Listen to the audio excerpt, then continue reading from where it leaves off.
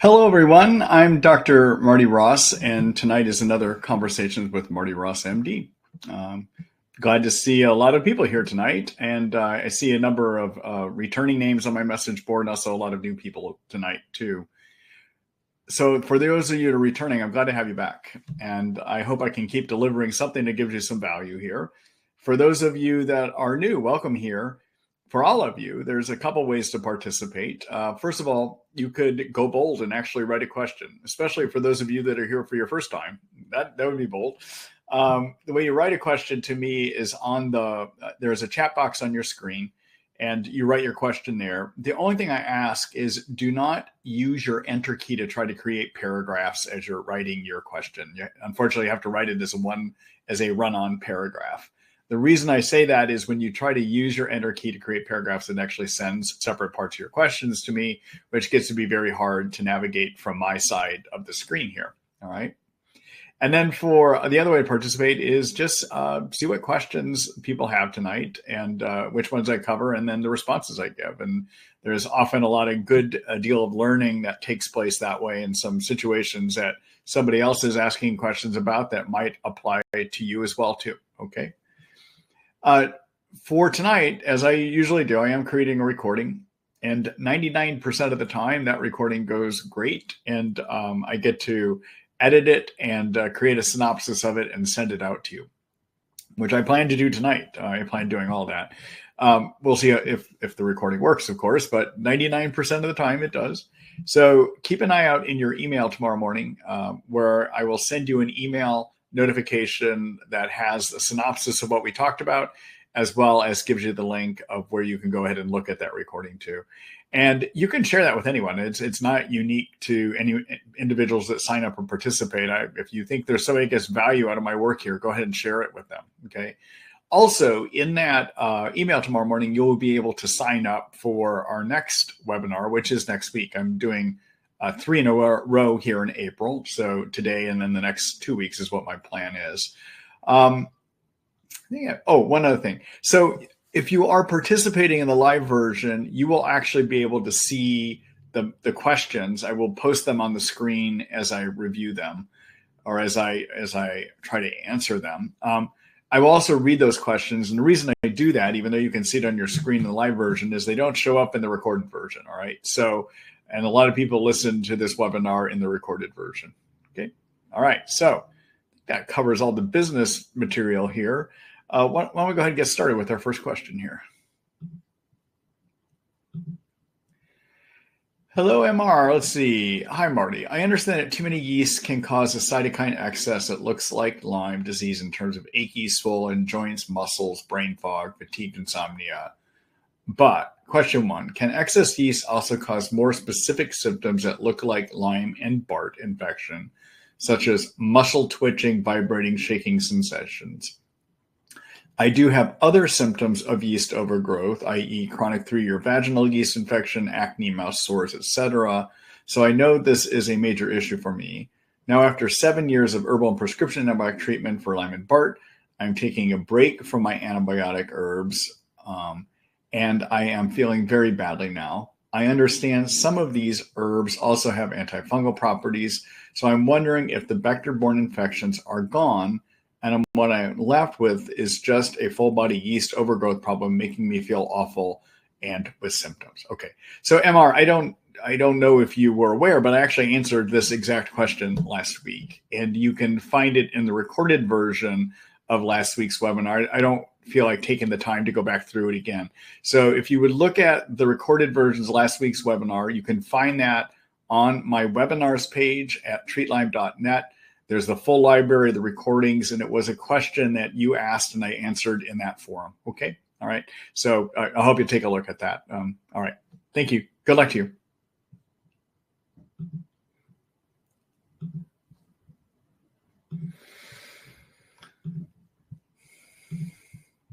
Hello, Zainab. Let's see. Hi, Dr. Ross. You mentioned that glutathione is an important component in your nerve repair protocols. I'd like to understand the relationship between glutathione levels in the body and cancer. I'm finding it difficult to parse the research I find on the matter online. Similarly, I have read that high ATP levels in the body can promote the growth of cancer cells. I'm not certain how valid this is, so could you please elaborate on both subjects? So I'm not, on the whole, when people have chronic infections or they have neuropathies like you're describing, in all likelihood, what is left is a depletion of glutathione intracellularly, okay?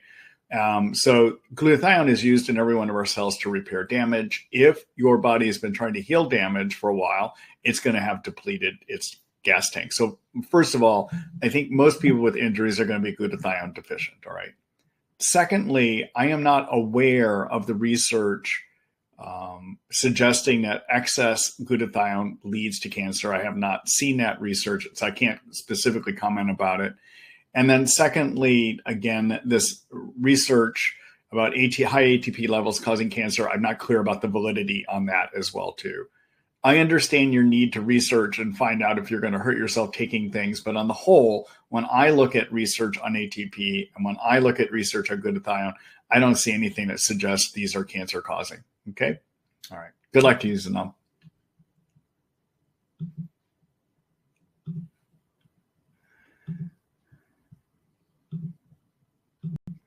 Hello, Bill. Let's see. Hello, Dr. Ross. I'm doing one of your protocols for chronic Borrelia biofilm on treatlyme.net as follows: azithromycin 250 milligrams twice a day, rifampin 300 milligrams twice a day, methylene blue 50 milligrams twice a day, lumbrokinase 1 capsule twice a day, Biodisrupt 1 capsule twice a day.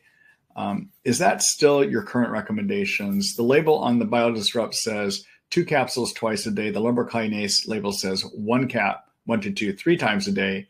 Any reason to go higher dosing? Last round of treatment, I developed intestinal yeast and it took 2 years to clear it. Any recommendations to try and prevent it from happening again? I'm currently using probiotics, HMF Forte, 1 capsule twice a day, and Saccharomyces, Saccharomyces B, 1 capsule twice a day. Thank you. Okay, let me start with the yeast part of your question first. So there is always the risk when you're using prescription antibiotics that you're going to disrupt the good makeup of your intestinal microbiome, which will make it easier for yeast to grow. So essentially, you knock down good bacteria. The yeast don't have as much bacteria to compete with, and they can take over territory. All right. So I do suggest that people take probiotics as a means of helping to replace what gets killed and recognizing that's still probably going to get killed. Okay. But you're just kind of treading water with your probiotics. These days, regarding the probiotics, that HMF Forte that you're taking is a human strain probiotic. I'm tending to go more with spore forming probiotics as my main probiotic. And so spore forming probiotics are probiotics that come from soil, and they are not found in our intestines. But what their job to do is that they seem, first of all, because they're spores, they can get through the stomach acid and they will reach the small intestines and eventually your large intestines. Okay. Secondly, they do a good job of supporting healthy bacteria to gain a better foothold and grow more in the intestines. So they kind of think of them as refurbishing your intestines, all right? And I like that their action better than I do the HMF. So I would look at doing like a core biotic by Research Nutritionals, a couple pills 1 time a day, or I would look at doing a product, the core biotic would be 1 pill once a day, or there's another product I have at my store called Mega Spore Biotic, and that would also be 1 pill a day. The Mega Spore Biotic has more research showing that it does promote the development of healthy bacteria in your intestines, but I think either one of them can work looking at the strains of probiotics. I'll show you both products here in a minute, okay? I like the idea of being on the Sacro B as well, too. That's healthy yeast, actually, that lives in our intestines. And I would do that as, I would do both the core biotic and the Sacro B only as 1 pill once a day, okay? The other thing I do to help prevent yeast is I like people being on a yeast killer at the same time to kind of squat yeast down so they don't come up. And so you can either do that with a prescription called nystatin, comes as a 500,000 international unit pill, and you would do two pills twice a day on that. Okay. That's a standard prescription. Okay. It is weaker than fluconazole, diflucan, for instance, but it does do a good job of controlling. Or if you can't get that, an alternative would be to use an herbal yeast killer. And the product that I like using for that is a product made by a company called Karuna. That's Karuna. And that product is called Capri Plus. That's CAPRIPLUS. And that's, excuse me, it's a pill that has three different things. And it's got garlic, it's got caprylic acid in it, and it has oregano oil in it as well too. And you do a couple pills twice a day. Okay. So I would kind of change up your probiotics there. I moved a little bit away from that HMF forte and really stressing spore forming probiotics. So you'd either do the core biotic I mentioned or mega spore, 1 pill a day. And the sacro B I would do is just 1 pill once a day, and then add in a Capri Plus, 2 pills twice a day, or nystatin, 2 pills twice a day. All right. All right. And then in terms of looking at the this protocol you've mentioned here, so we know from research, excuse me, there's one of the things we're trying to do now these days with our Bartonella and our Borrelia treatments is to have you on something that will deal with what are known as persisters. So both germs have a growing state and both germs have hibernators. All right. Probably a small percentage of the germ are in the hibernators. So we want to make sure we're doing something for that. Where we've learned most of our research about methylene blue is it was originally shown to be an effective agent against persisters. All right. We now know there's research that shows in the laboratory that it's actually good for growing Bartonella as well as persister, and it can break down biofilm Bartonella as well too. On the Lyme side, we've got good research showing that it will go after persisters. The research hasn't been done showing if it will go after growing, but it probably does. Okay. All right. And there's no research on the Lyme side suggesting that it will help break down biofilm. We just don't know. It may break down Lyme biofilm. We just don't know. Okay. All right. So everyone, biofilm is a slime layer that grows over germs, and it can kind of block the immune system out from getting at the germs, or it can block antibiotics from getting in as well too. All right. All right. So it's something to be concerned about. We're beginning to think one of the major reasons making Bartonella difficult is that these Bartonella biofilms really do make it more difficult to get rid of. Okay.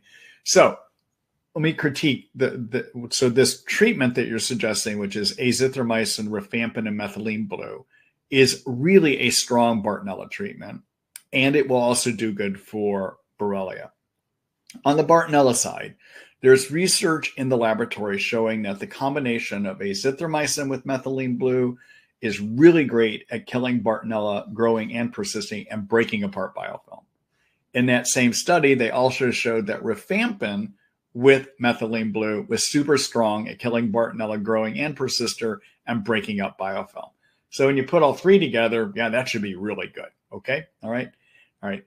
And I also like the azithromycin rifampin from a Borrelia standpoint because the azithromycin treats spirochete Borrelia. It treats Borrelia that lives in your cells. We call that the L form of Borrelia. And the rifampin can treat intracellular L form Borrelia too, and probably picks up the cyst form of Borrelia. All right. So that may be confusing to everyone. Let me break that down. So Borrelia, Lyme, can be growing or persisting, but it has different appearances. All right. So one of the ways it looks like is a spirochete. That's a corkscrew. Another way that it looks like is a microscopic cyst.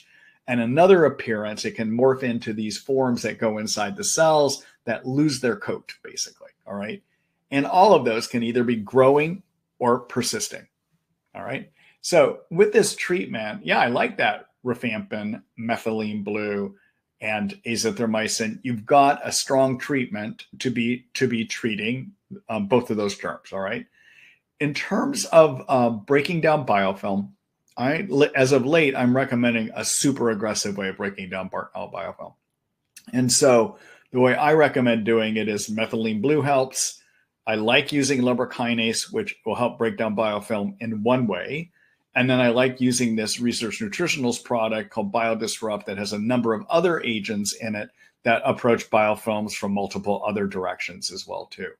Now, the way that I like using my lumbrokinase is twice a day. I like using my Biodisrupt as 1 pill twice a day. All right. Now, I know the bottles say something different. I'm sorry. Let me rephrase that. The lumbrokinase, I like using 1 pill twice a day. The Biodisrupt, I like using as 2 pills twice a day. So I don't agree with what the lumbrokinase bottle says. All right. All right. All right. Now, one other thing. There's one other reason to use lumbrokinase when it comes to Bartonella. And that is, in addition to Bartonella developing these slime biofilm layers, Bartonella also has the ability to wrap itself in and among your blood clotting protein that floats around your blood called fibrin. And it can create these, what we call fibrin nest, where Bartonella will get wrapped up in this fibrin and it gets stuck on your blood vessel walls and kind of gets walled off there. All right. So lumbrokinase is a very strong fibrinolytic, meaning it breaks down fibrin, is an enzyme that breaks down fibrin, and that can help break up that as well too. Okay. So yeah, I wanted to explain what all these things do. And yes, I think you're on a good treatment there. Yeah, I think I covered your questions there. Let me go ahead and show you some things here. I'm going to do a screen share.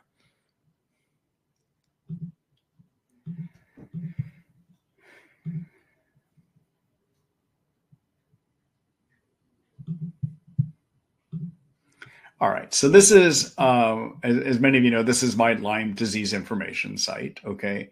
If any of you is wanting more information about methylene blue, because that's become quite the rage antibiotic these days because of all the things it can do, it actually helps your mitochondria work better as well too. I should have an article here. I'm trying to see if I filed it in this section. There it is. So there is this article called Mighty Methylene Blue for Tick-Borne Infections and More, where I lay out the many things that methylene blue can do, including supporting your mitochondria function as well too. Okay. All right. All right. And then in terms of the supplements that I mentioned, so the Biodisrupt, everyone, is a product, again, that is made by Research Nutritionals. And this is the product here. And again, as I said, it has a number of things that it does. So it's got a bunch of enzymes in it that work differently than lumbrokinase.